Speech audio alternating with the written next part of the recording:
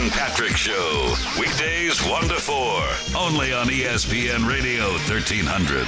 Let's try this test. Listen and decide in your own mind what sounds best to you. Yo, check this out, man. And now, live from the Baltimore studios of ESPN Radio 1300, back to the Sports Idiots. All right, we are back talking trash with the Sports Idiots. Got a full cast of characters here. Got Broadway Alan Brenner to my radio right. Got Glenn Clark, Chick Magnet to my radio left. Directly in front of me would be Patrick Shuck. Patrick Manchild Shuck. I think that will be your N1 street ball name. Sweet. I would be Craig Lehman, also known as Bacon. We've got a plethora of topics to talk about, including the Lady Terps going for the title tonight. Got a couple calls on. We'll break it down here in a little bit. Line 4 is Brian Talkin O's. Brian, are you there? Yes, sir. Guys, how's it going? How you doing, Brian? Very good, Brian. What's up? Pretty good. First of all, let me say, it is a wonderful show. I'm glad you guys replaced the other guys that used to be on this time slot.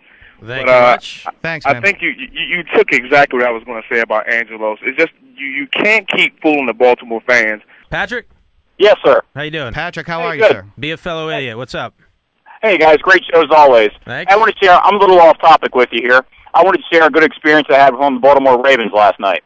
Okay, we always got time for that. Good experience in Ravens. Go Great. ahead. Last night I'm a football coach in Frederick County, Maryland. Okay. And Obie Mahaley was here last night with the local Baltimore Ravens Nest number 3. And they're an organization that does community work, scholarship, stuff like that. Absolutely. All right, let's go to line 1. There's one thing the Ravens have always been top-notch at is the community relations. Yeah, well, we do have a PR guy, a coach. All right, man, thanks for the call, Patrick. Yeah, I mean, we'll talk Ravens a little bit later. Schedule came out today, in case you didn't know. Talking Trash with the Sports Idiots is brought to you by Baltimore Business Communications, your authorized Sprint Nextel dealer, and their buy one, get one free offer. Call Joe O'Donnell at 410-308-0808 or stop in at any of their 4 area locations, including Loch Raven, Federal Hill, Westminster, but of course, Gaithersburg. Oh, by the way, that's right, at 5:05, for your listening pleasure, we have Fay Vincent, former commissioner of Major League Baseball. He's got a book coming out. We'll talk to him about it. Fascinating stuff, just the differences between then and now, absolutely. ESPN Radio 1300, we're talking with former Commissioner of Baseball, Fay Vincent, with a new book out, The Only Game in Town. Commissioner Vincent, I'm curious, is there any animosity between the players from older era to the players now as far as, with the salaries being so astronomical? No, I think they're very realistic. They recognize that the advent of the union made a big difference. They were all pretty indentured. Dominic DiMaggio talks about being one of the first representatives of players to talk to the owners about their grievances in those days. They had no power. I think there's a little concern about the players today being so caught up with money. You'll read some of that in the book. I think Walker and others think the players today aren't in shape, don't run enough. They say they never had a pulled hamstring when they played because they ran, they took good care of themselves, and also they had one-year agreements. If they had a problem this year, it would cost them money next year. So say everything was year to year. Everything was year to year. That was former Commissioner Fay Vincent telling you about The Only Game in Town, which is available in bookstores now. You can get it at Amazon.com. Ian Figueroa, Frederick Keys manager at 6:30. Mike Herman, new athletic director, Towson Tigers. Baltimore's ESPN Radio. Be right back. The Dan Patrick Show. Weekdays 1 to 4. Only on ESPN Radio 1300. The Sports Idiots. Afternoons 4 to 8 on ESPN Radio 1300. Baltimore Sports Station. ESPN Radio 1300. This used to be a cool station till they put these dorks on. The Sports Idiots. Weekdays at 4 on ESPN Radio 1300. All right, we are back talking trash with the Sports City. Who we got there, Broadway? Ladies and gentlemen, and everybody out there in our listening audience, we have the pleasure of once again welcoming to our program the world champion coach of the University of Maryland Lady Terrapins, Brenda Fries, everybody! Hey, thank you very much. I really appreciate it. It's been, I tell you, a really exciting time, obviously, coming back to all of this. It's been simply amazing. Coach, I got to ask you one thing. Since we last spoke, I've seen you interviewed on SportsCenter. I've seen you on the cover of the USA Today, and I've seen you at the White House. So how's your life changed since then at all, if at all? How has it changed? Let's see. My SID just left about 5 minutes ago and helped continue to schedule my calendar out here through about August. So life is pretty busy and hectic at this point, but it's all good stuff. I mean, I welcome the craziness of it, and the increased schedule means we're doing a lot of positive things. Now, I got you one next, which is when you were down 13 against Duke, after that first half, which was, well, how should we say, somewhat sloppy, basically. Were you actually surprised? She was not surprised. Come on. No, I'm curious if she was surprised at how well the team responded. You know, I always believed in our kids, and I knew we couldn't play a worse second half as we did in the first half. The first half was really nerves, jitters, trying to play a perfect game, which gives you the opposite effect. And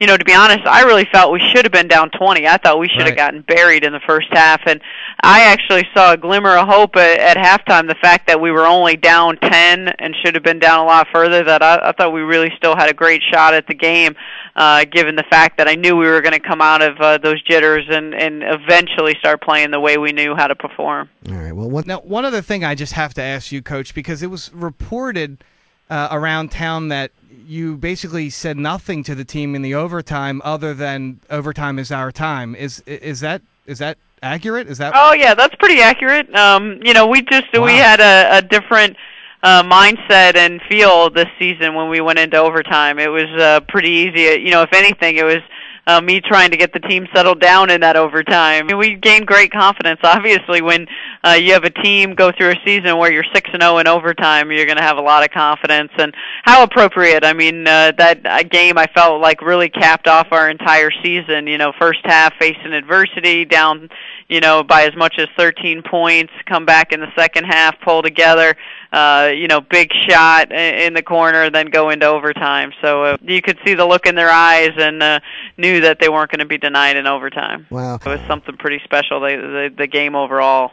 Actually, we had Coach on after the Final Four win, but prior to the finals, after they beat North Carolina, and I told her that she's going to win this game and she won't have to go into overtime. She said, no, that's okay, I don't mind going to overtime. We never lose it. Once again, Coach Freeze, thank you so much for joining us. Think of us, the Sports Idiots, as your conduit to Baltimore. If you see somebody or something you need done here, you come to us. We're going to take care of it for you. We know we'll have you on many times in the future, and congratulations on what you've done, and good luck on what you will do in the future. And build us a dynasty, would you? Up there, hey, Coach? That sounds good. Would love to. Appreciate it. Thank you so much, Coach. Thanks for your time, Coach. Thank you. Now. Do I hear the sound of music in my ear, Patrick Shuck? Or yes. I do. Okay.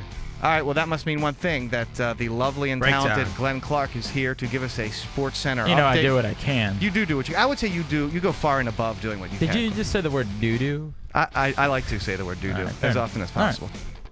Sound like a bunch of idiots on the radio. The Sports Idiots. Phone lines are open at 410-481-1300. Now, back to the Sports Idiots on ESPN Radio 1300. Craig, we may have hit on something here. People are already starting to call him with the hottest old chick. Yeah, that's good. I got two. I want to get into that, yeah. I've got two, Angela Bassett and Pam Grier. Who's Angela? Pam Grier's smoking. Wait, Pam Grier's not old. Who's Angela Bassett? She's 50 plus. Angela Bassett, right, last movie she was on would be Mr. 3000. I'm thinking like Sophia Loren. I'm thinking Angela Lansbury is who I thought he was talking about. No, Murder. I thought he was going. I thought he went Murder She Wrote on us. We are the Idiots, Alan Brenner and Craig Lehman, and we'll be back after these messages from our sponsors. Tony Pauline's going to be with us soon. That's right. He's going to be covering the NFL draft as he always does for, I believe, 20-some years. Yeah. Do you know where you might know Tony Pauline from? Sports Illustrated? I'd say maybe Sports Illustrated, maybe the TFY draft preview. He's done a little work for Scout.com. We found out that Tony Pauline is a huge Led Zeppelin fan. Awesome. And so he put together, We're going to get Tony in first, then we will take some calls talking draft, talking Orioles, NBA playoffs coming close. We'll talk that if you would like. But without further ado... Yes. Yeah. Hey, it's a 4:03 on a good-looking Wednesday, everybody. Getting the lead out. It's a getting the lead out weekend. Tony Pauline, how you doing, buddy? How you doing? Thanks for that intro. Gotta love it anytime you're introduced with some Zeppelin, especially a great song like When the Levee Breaks. That's right. Working hard. I imagine this is a busy season for you, is it not? In the sense that doing radio interviews and talking on the phone a lot. I mean, the bulk of the work, the reports that'll be up on SportsIllustrated.com, as you were mentioning before, they're all done and they'll be up on the site in a week or two, and the magazine's out. So the bulk of the work is out. It's just talking and trying to figure out who's going to go where and what's going to happen over the course of the next 2.5 weeks. Sure. All right, now let's talk about this. Obviously, Lendell White's a guy on everyone's mind as being a guy who slipped. There was conversations that he could even be there. The Ravens will be potentially taking him at 13 when the whole running back situation was still up in the air. How about a guy who's out there who has improved his stock over these workouts, or a guy who, kind of flying under the radar now, but improved himself so that we'll be hearing his name a lot more? I think one way would be Broderick Bunkley, a guy who the Ravens are interested in at the nose tackle position and has really improved himself. Some people think he could go higher than Halati Nada, the big, highly rated defensive tackle from Oregon. I don't think that's going to happen. Obviously, we're all Ravens fans on Baltimore's ESPN radio. What's your take on what the Ravens could do for offensive and D-line? Well, what I heard yesterday was that if Halati Nada starts to slip, the Ravens will be active in trying to move up to take him and put him in the center of the line, and it'd be a good fit for them. A guy that can occupy blockers and free up players like Terrell Suggs is really would be an excellent selection for that team.